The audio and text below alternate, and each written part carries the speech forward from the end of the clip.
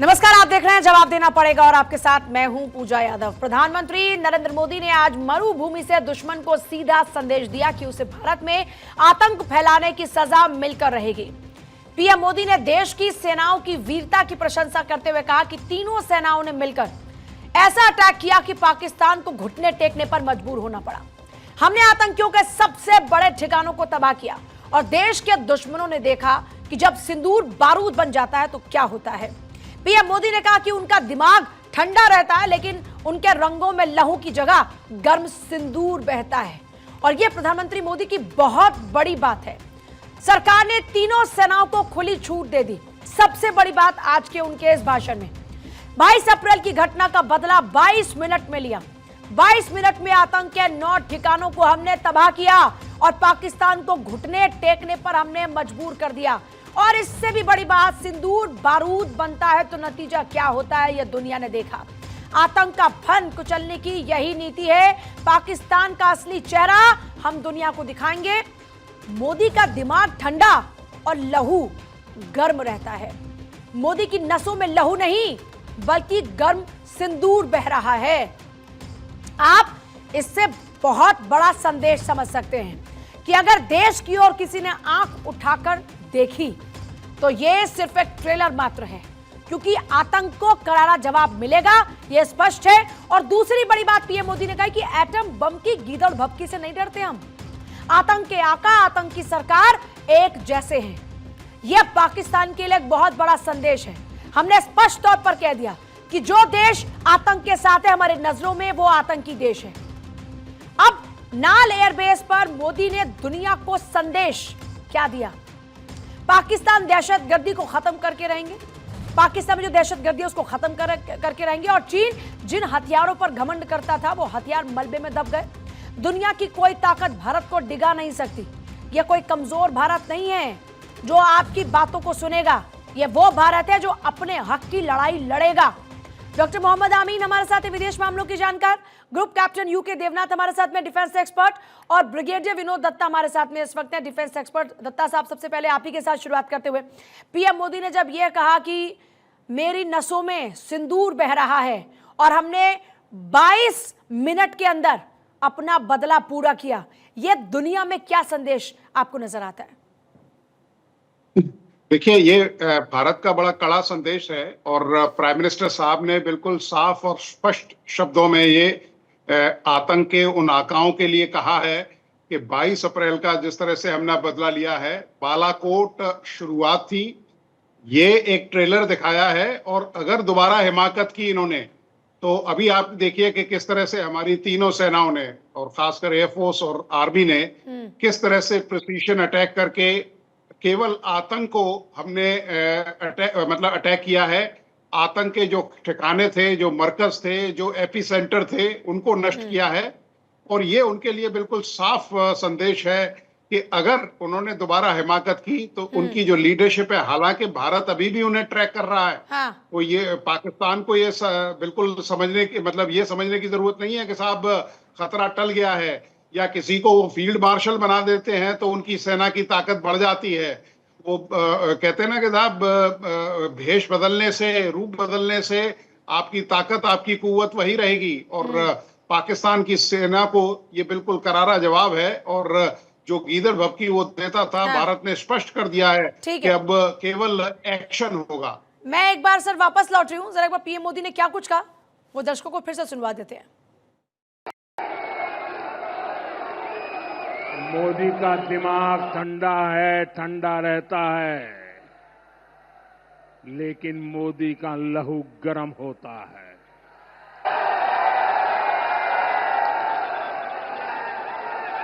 और अब तो मोदी की नसों में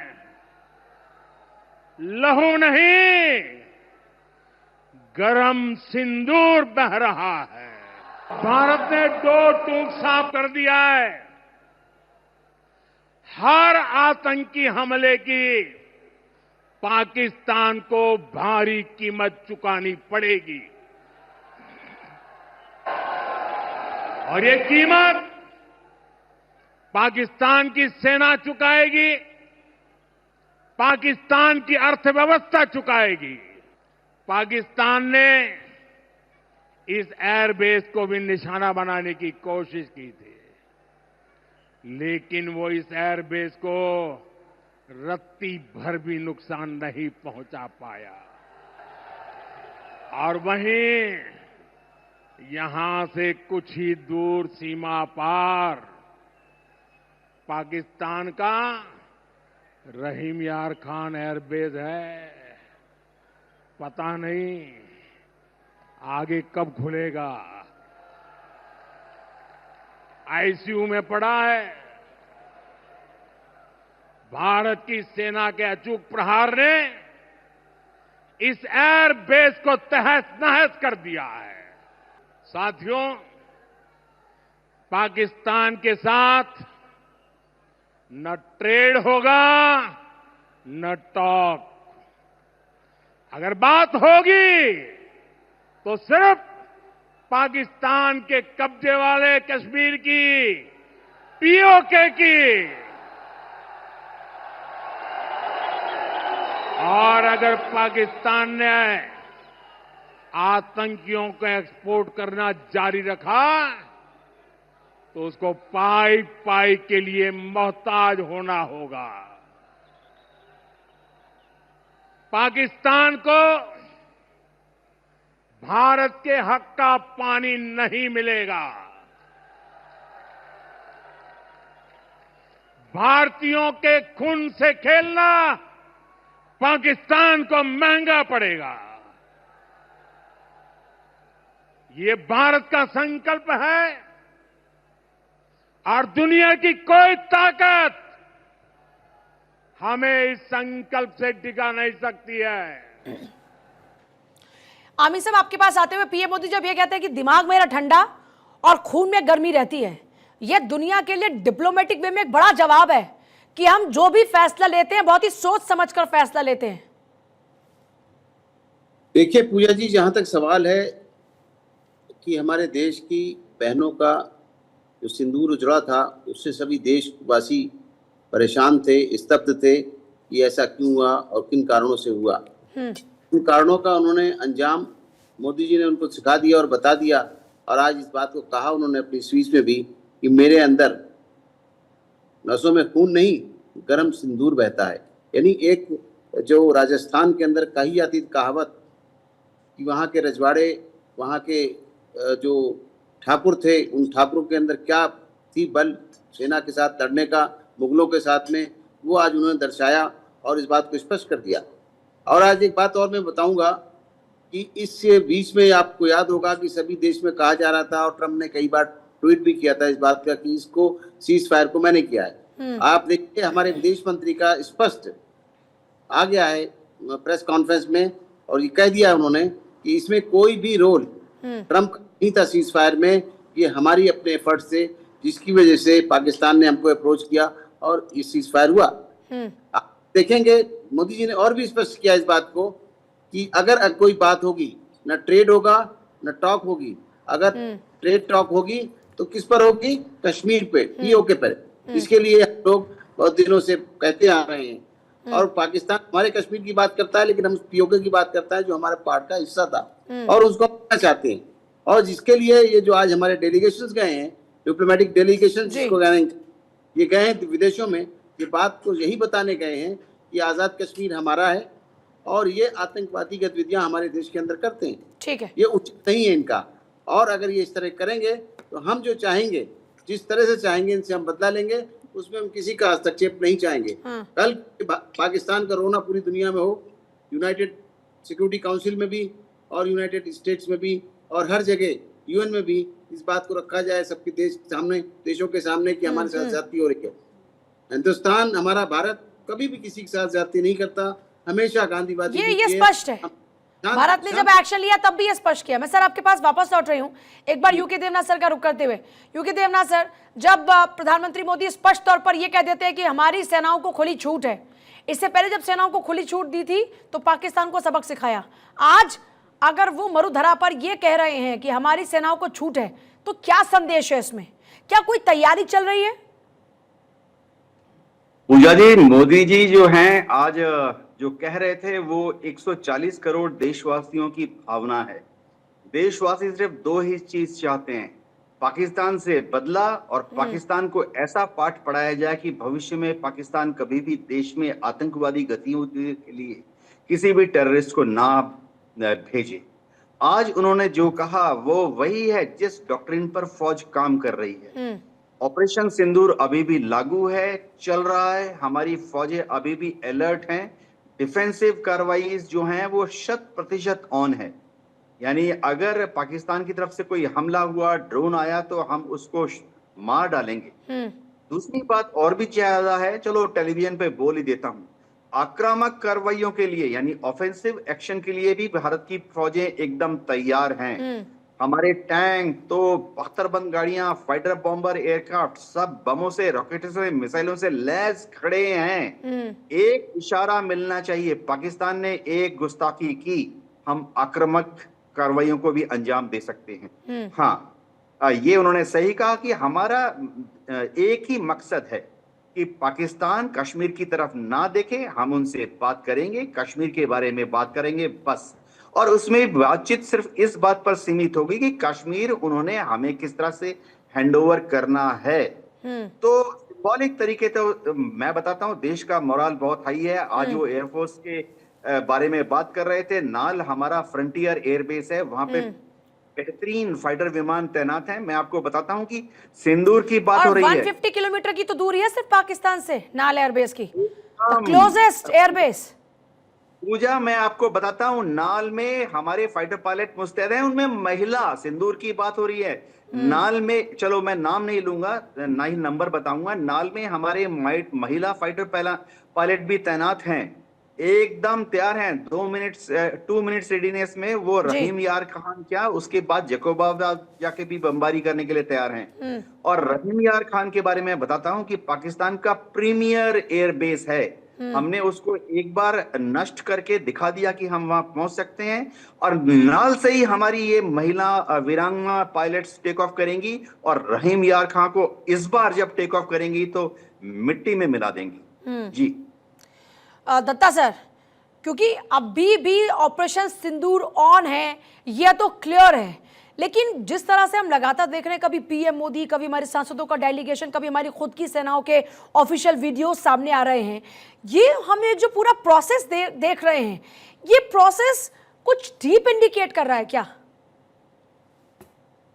देखिए, बिल्कुल आपने सही आंकलन किया है, क्योंकि भारत ने जिस तरह से प्रण लिया है कि वो अब आतंकवाद का खात्मा करेगा, तो भारत केवल अपनी जो फोर्सेस है उनका इस्तेमाल ही नहीं करना चाहता, उसने तीनों चीजों की, कूटनीति, राजनीति और रणनीति, तीनों का एक ऐसा मिश्रण बनाया है, एक ऐसा वो किया है कि भारत पूरे विश्व को ये बता देना चाहता है कि पाकिस्तान जो बिल्कुल आतंकस्तान बन चुका है उसको कैसे खत्म किया जाए, और किस तरह से भारत ने इसको बिल्कुल बदस्तूर तरीके से इसको टैकल किया है। पूरे विश्व को ये बताया जाए कि अभी आप प्राइम मिनिस्टर साहब को सुन रहे थे कि उसकी अर्थव्यवस्था इसका खामियाजा भुगतेगी, तो बाकी के देशों को भी ये बताया जाएगा और वहां से भी उसको जितना कर्ज मिलता है, क्योंकि देखिए ये तो एक डेट डेमोक्रेसी है पाकिस्तान में अपना कुछ नहीं है। वो कहते हैं ऋणम कृत्वा घृतम पिबेत, संस्कृत में कहा गया है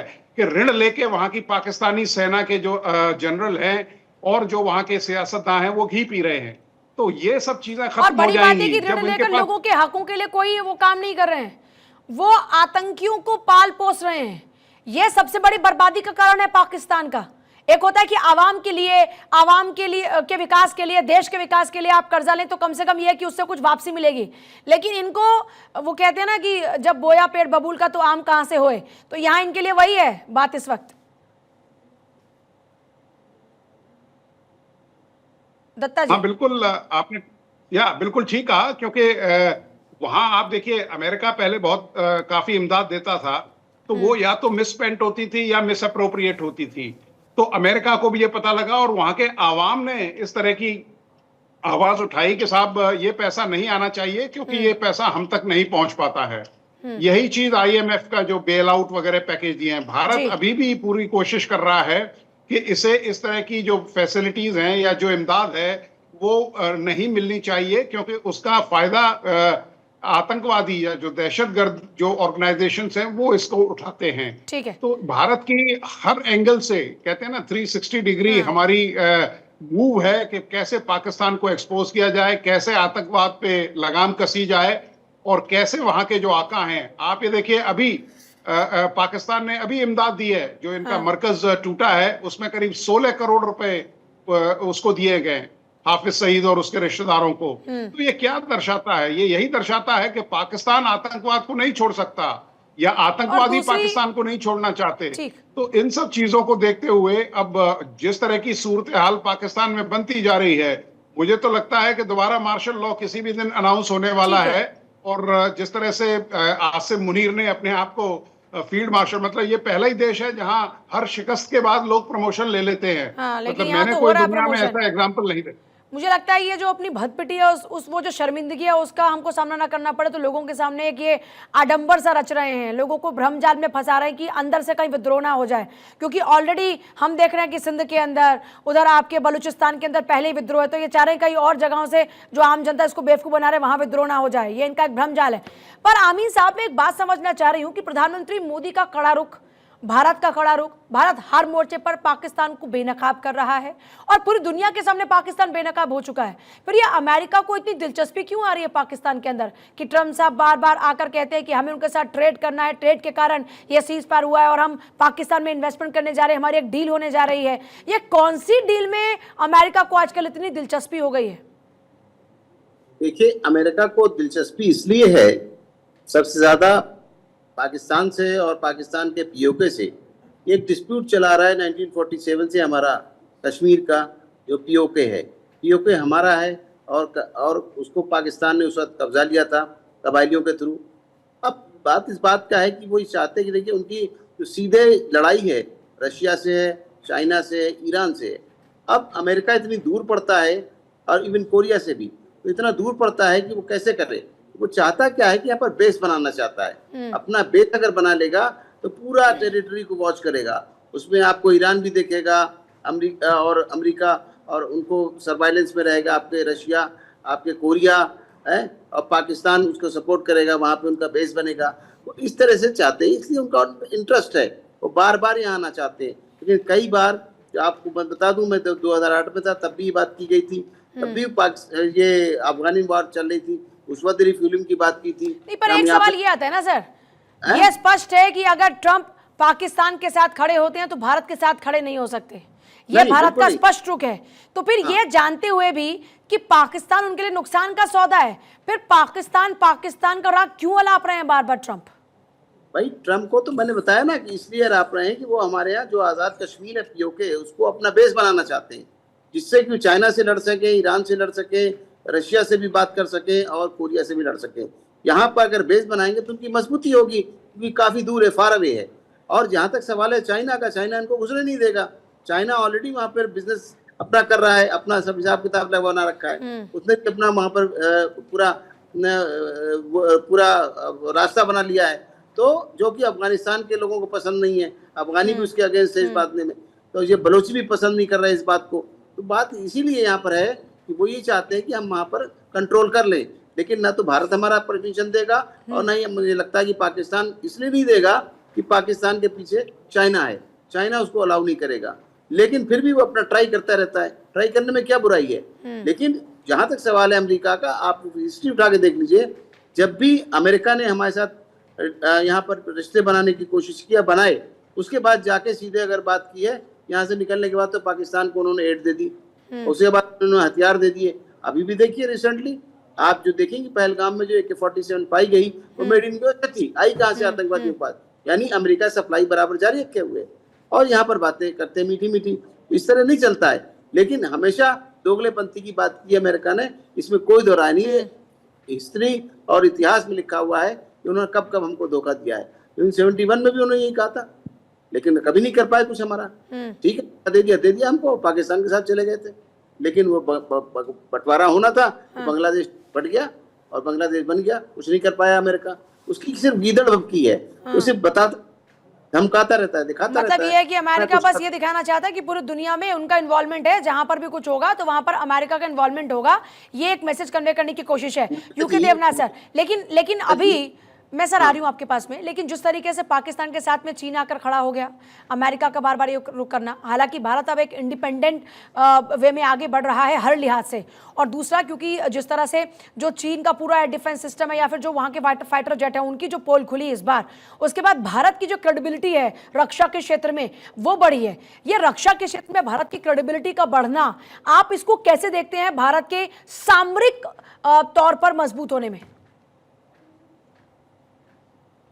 देखिए, जहां तक सवाल है भारत का, भारत अब 1962 और 65 का देश नहीं रहा। हमारा भारत आज, एक second sir, UK Devnath sir हैं क्या? मैं सर आमीन सर आपके पास आ रही हूँ, सर एक बार उनको भी इन्वॉल्व कर लेते हैं। मतलब दत्ता सर आप इस सवाल का क्या जवाब देंगे? देखिए, बिल्कुल आपने ठीक कहा, क्योंकि भारत ने ये साबित कर दिया है कि किस कदर हम एक प्रोफेशनल आर्मी हैं या एक प्रोफेशनल मिलिट्री फोर्स हैं, और जिस तरह से हमारे जो टारगेट्स है उनको एंगेज किया गया, जिस तरह से प्रिसीशन ऑपरेशंस प्लान किए गए और एग्जीक्यूट किए गए, जिस तरह से करीब 600 से ज्यादा आपके ड्रोन्स या मिसाइल्स पाकिस्तान ने एक रात में फायर किए, किस तरह से इतनी बड़ी बाउंड्री होते हुए, इतना बड़ा बॉर्डर होते हुए भारत ने किस तरह से उन्हें बिल्कुल नाकाम किया, ये बताता है कि किस कदर की हमारी प्रिपरेशन है, किस कदर हम 24/7 365 डेज हमारी जो सेनाएं हैं वो तैयार हैं। चीन की तरह या पाकिस्तान की तरह, चीन में कॉन्स्क्रिप्शन आर्मी है, पाकिस्तान में एक अय्याश आर्मी है, तो वहां उसकी तरह नहीं है। हमारे सैनिक 24/7 तैयार है। किस तरह से हमारे जो इक्विपमेंट है वो रिलायबल है। आप ये देखिए, उनका जो एयर डिफेंस सिस्टम था या उनके जो हवाई जहाज थे,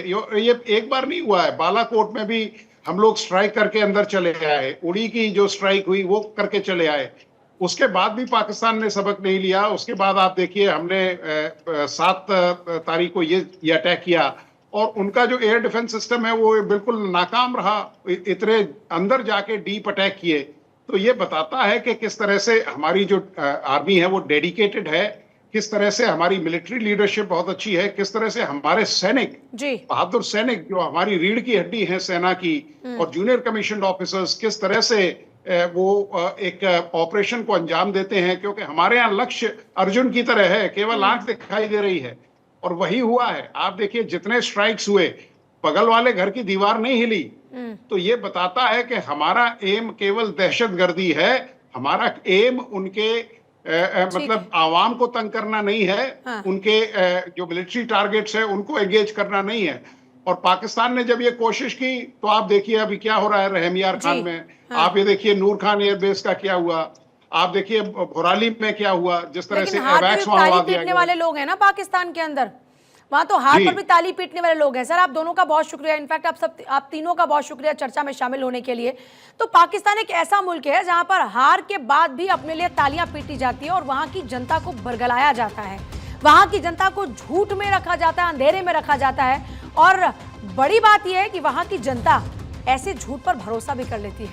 वहीं भारत जो बार बार बता रहा है कि हम तैयार हैं, दोबारा हरकत मत करना, और प्रधानमंत्री मोदी ने जब आज ये बात कही कि मेरी रगों में सिंदूर बह रहा है, उससे जाहिर तौर पर हर भारतीय नागरिक कनेक्ट हुआ है, क्योंकि जब जब बात देश पर आएगी, यहाँ का हर नागरिक खड़ा होगा।